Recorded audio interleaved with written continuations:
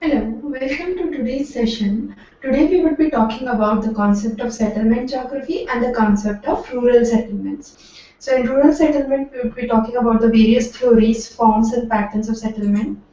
So let's start first with the concept of settlement. So what is basically settlement geography? Now, since time is long, people have been accommodating places, they have been living somewhere, okay? So, any animal or human being who is trying to live somewhere, trying to make a house or a dwelling, comes under the ambit of settlement geography. Settlement geography as a subject of geography is comparatively new because not a lot of researches have been done to the field of settlement geography.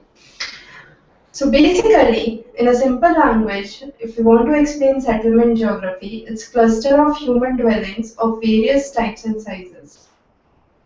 So it's basically human dwellings of various size and types. The concept was first given by Doxesis in the journal known as Erechetics, and here he said that settlement is a territorial arrangement made by the human beings. So it's a kind of territorial arrangement by anthropos or human beings themselves. So this is the very fundamental concept of settlement geography. Now when we try to understand the settlement geography, we would be covering first the concept of settlement, then we'll be moving to settlement systems, then we'll be talking about settlement landscape, and finally this landscape is mainly collected from the primary data. It's not based on secondary data. You go onto the landscape and you survey that these are the settlements at the landscape. So there were various theories that were propounded for settlement geography. Here are the four most popular theories that we'll be discussing today. The physical determinant theory. Physical determinant theory was propounded by Gradman, and Gradman says that any settlement has its uniqueness because of its physical characteristics. Physical characteristics can be in the form of vegetation, the cropping pattern, or any other similar behavior which exists in the region. So he focused on the physical determinant theory, and this was mainly applicable to the European rural settlements. So it was common in the European rural settlements. The next is the ethnic and the race cause theory. This concept was given by Matheson, and he said that one region is predominated by one race. So you have a particular race or a particular ethnicity in a particular region. So this was the concept under the ethnic and the racial cause theory. The next theory is known as historical cause theory. According to this theory, there are historical landmarks or determinants. We can say the Harappa civilization, the Mesopotamian civilization. So basically what we are trying to do is we are trying to mark up historical locations which led to origin of the settlements in the nearby region. And finally is the socio-economic cause theory. This theory was propounded by Durkheim and Park, and under this theory, they mainly said that people of similar socio-economic status try to club together and form settlements. So these were the four most popular theories which were propounded under the theories of settlement. Now we'll move on to what are the basic considerations for settlements. Or we can say, why do we wish that settlement originates in a particular place and has some specific characteristics? So that is determined mainly by the spatial pattern or the spatial distribution. We have a set of concepts that are common in the space, and those common things lead to origin of a settlement. Then there are various forms of settlement. We'll be discussing this further today. Then there are various economic activities of the region. For example, this region is agricultural based region. So you have a common kind of settlement patterns. Then you have a kind of permanency. Permanency in the sense that once you have a kind of houses established in that region, most likely there would be some commercial settlements coming up, there would be some recreational parks coming up. So that area tends to develop a kind of permanency. Then you have morphological factors.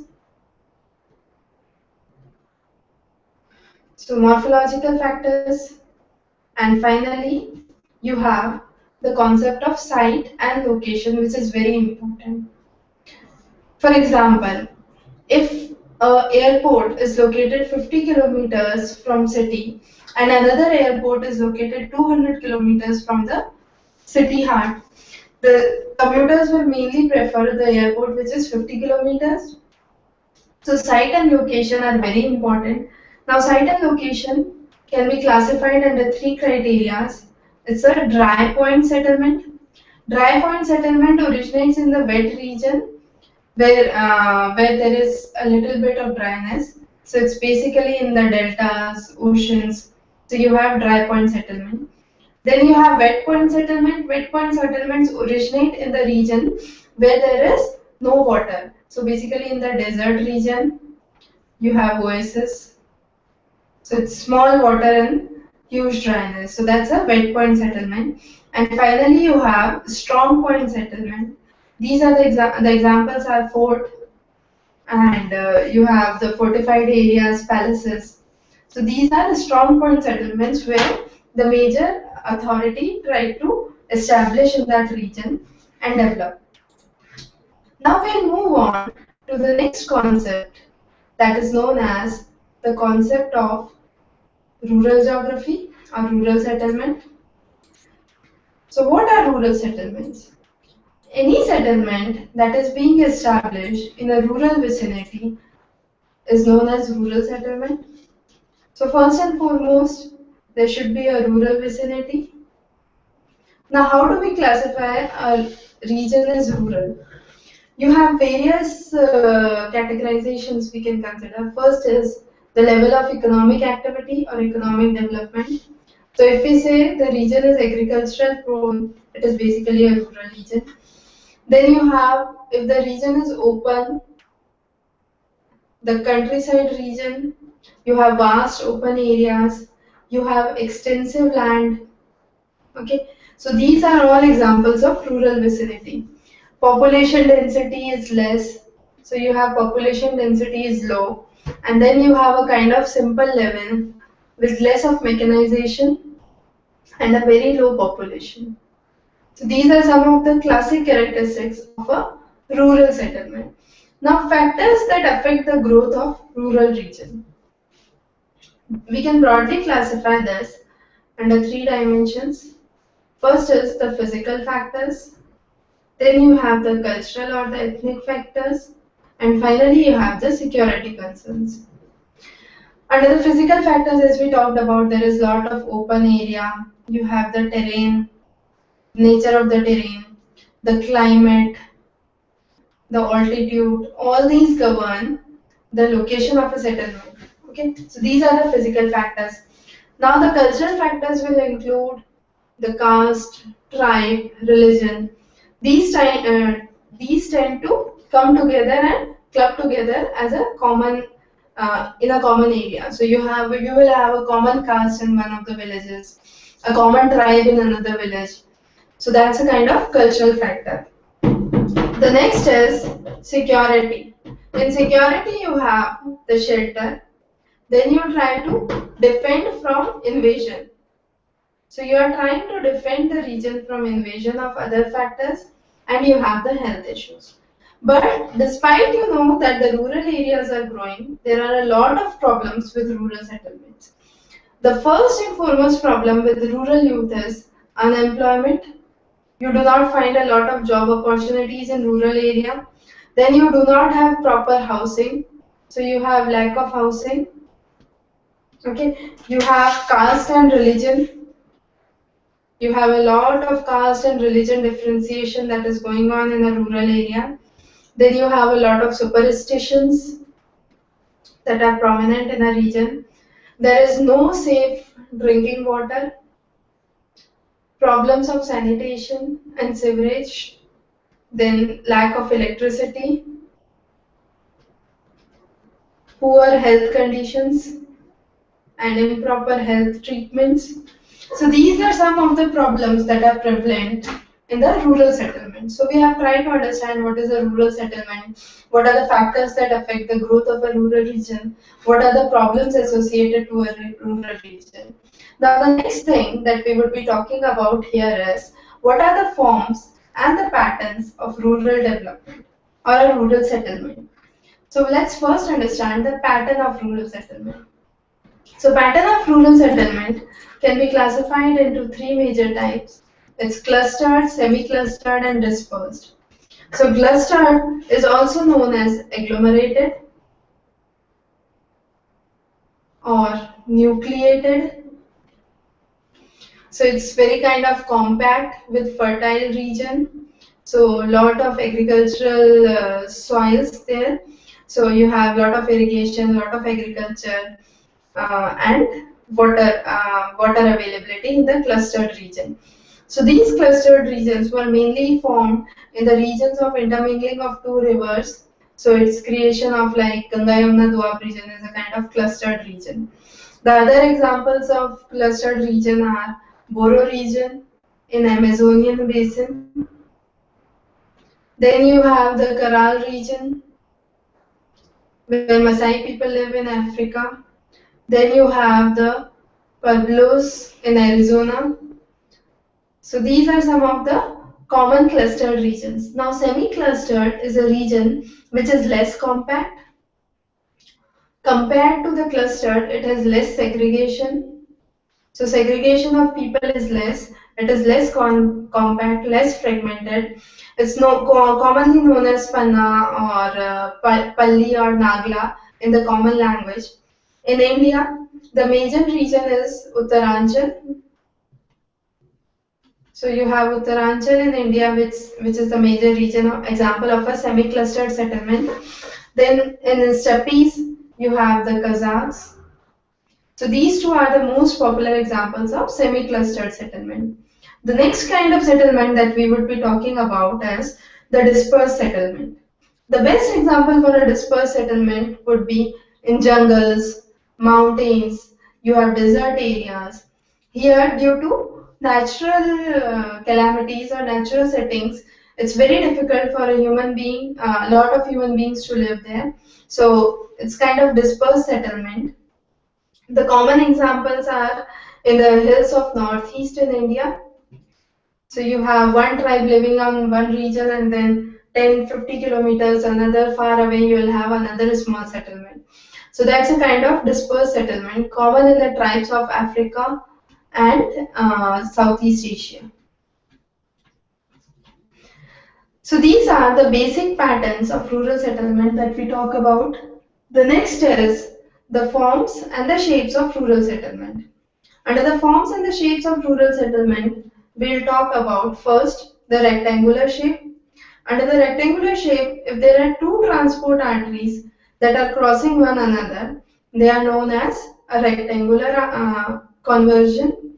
So wherever there is a rectangular kind of settlement, there would be two transport arteries or two rivers which would be merging. So a classic example is again in India you have the Ganga Yamuna Doab. It's the region between Ganga and Yamuna. So you have the Great Plains of India. The next is linear, that's along a river. The most common example is London. Then you have along the Ganga River, you have a lot of settlements.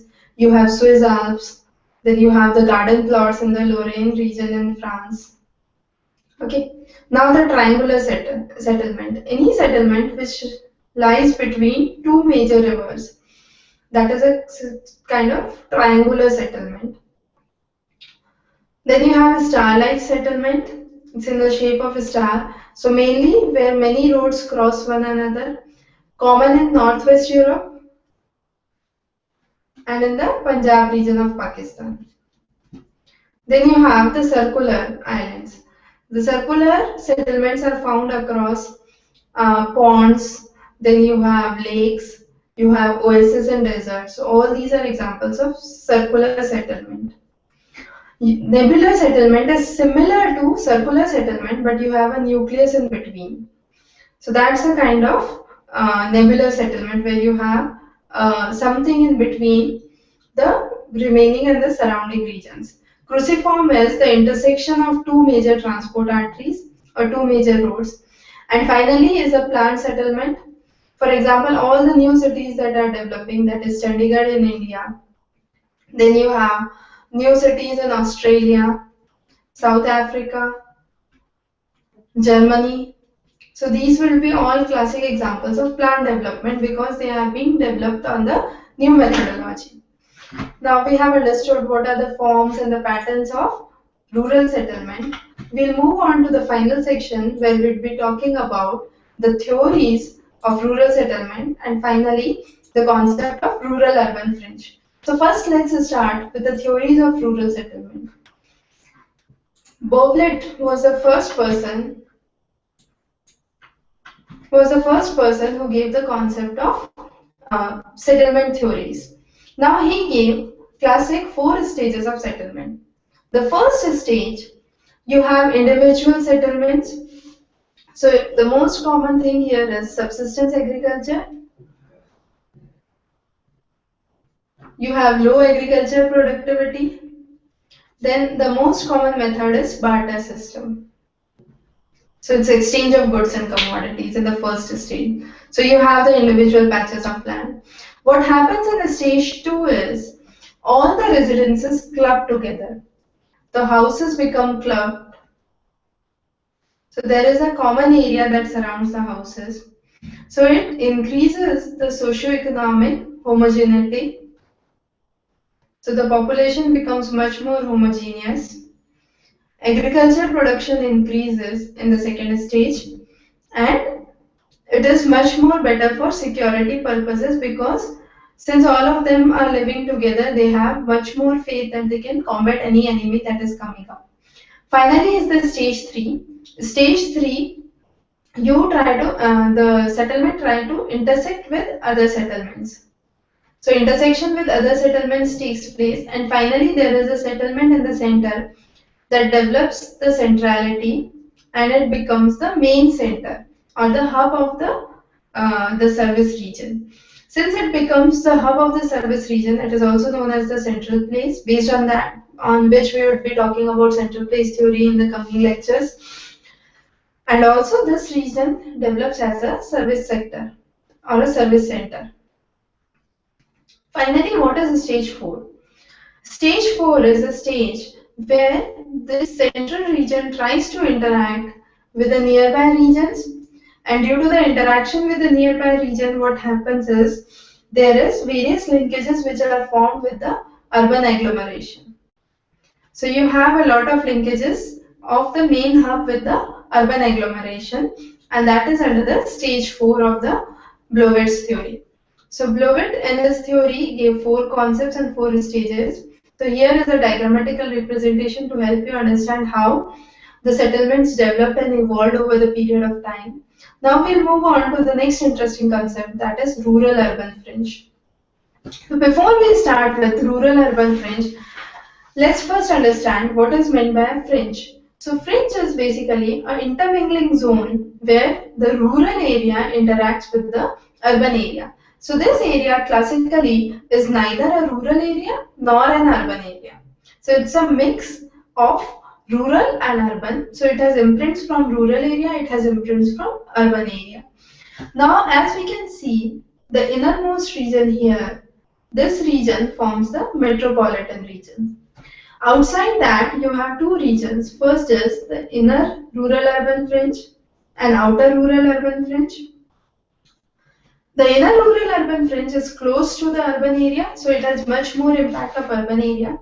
Then you have the urban outer fringe, the outer urban rural fringe, which has comparatively less impact of the rural area. And finally is the urban shadow region that is beyond the fringe region and it has a very little kind of shadow from the urban areas. And this whole region that we have covered today is known as the daily urban system. where from the metropolitan region to the outermost periphery is known as the commuting zone. So this whole zone would be known as the commuting zone where the people, so these fringe area are usually the residential areas from where people commute into the main metropolitan area for business and services. Now, as we can see, this is the main thing that we would be understanding here. So the rural-urban fringe has unique characteristics. So it is based on the changing land use pattern, the changing dynamics, then you have the large residential expansion of the city and the speculative buildings that are covered.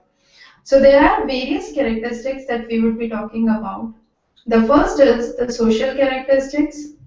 The second is the socio-economic characteristics.